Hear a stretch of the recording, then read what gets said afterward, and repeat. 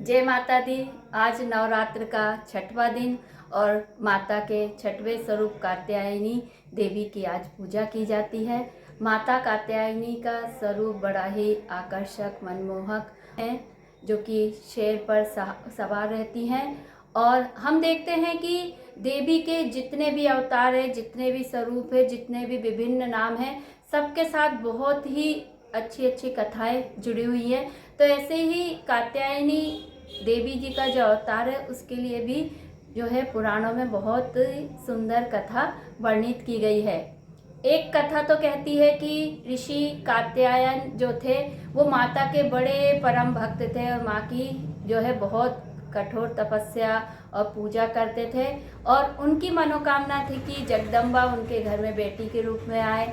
तो उन्होंने माता से जो है ये वर मांगा और उनकी भक्ति, लगन और सेवा देखकर माँ ने तथास्तु कहा, और फिर वो उनकी बेटी बनकर आई और उनकी पूजा स्वीकार की। और एक दूसरी कथा ऐसी भी आती है कि हम देखते हैं कि समय समय पर दानवी शक्तियाँ आती हैं और अपने अत्याचार से जनता को पीड़ित करती हैं, देवताओं को परेशान करती हैं। तो ऐसी स्थिति में कोई ना कोई देवी अवतार, देव अवतार आते हैं जो उस दानवी शक्ति से जो है मुक्त कराते हैं धरती को। तो ऐसे ही महिषासुर नाम के राक्षस ने बहुत जम के अपना जो है अत्याचार बढ़ाया हुआ था। तो दूसरी कथा ये कहती है कि जब महिषासुर ने अपना जो है इतना ज़्यादा चारों तरफ अनाचार दुराचार फैला रखा था, उस समय में सभी देवताओं ने त्रिदेवों से जाकर प्रार्थना की है भगवान हमें इनके अत्याचार से मुक्त कराएं।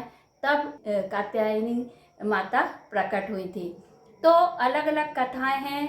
हर कथा जो कहती है कि देवी जो है इस धरती पर अपना एक नया रूप लेती हैं, किसी भी एक नई जो भी दानवी या असुर शक्तियाँ होती है उनका जो है संहार करने के लिए। तो कात्यायनी देवी आई और उन्होंने महिषासुर का संहार किया, वध किया और इस संसार को जो है उनके आतंक से मुक्त कराया। और आज छठवां दिन है, तो योग साधक लोग आज के दिन अपने आज्ञा चक्र पर अपने ध्यान को केंद्रित करते हैं। 7 चक्र में ये छठवां चक्र है, जो कि दोनों भ्रुकुटियों के मध्य में स्थित होता है। और जैसा कि हम देखते हैं, हमने जितने भी देवी देवताओं की तस्वीर देखी तो सबके यहाँ पर तीसरा नेत्र होता है। तो ये एक तरीके से तीसरे नेत्र का भी प्रतीक है।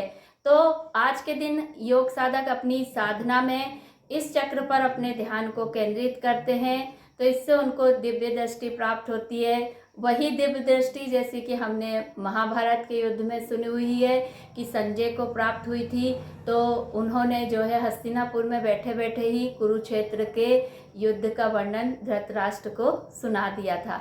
तो ऐसी ही कुछ दिव्य दृष्टि, कुछ ज्ञान हम भी प्राप्त कर सकते हैं देवीय कृपा से।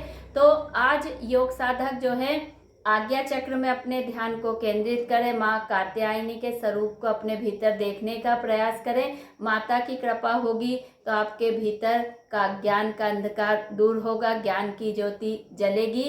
और सबको पुनः नवरात्रि के छठवें दिन की बहुत बहुत शुभकामनाएं। माँ कात्यायनी सबके दुख दर्द विघ्न दूर करें, सब पे माता रानी की कृपा बनी रहे। जय माता दी।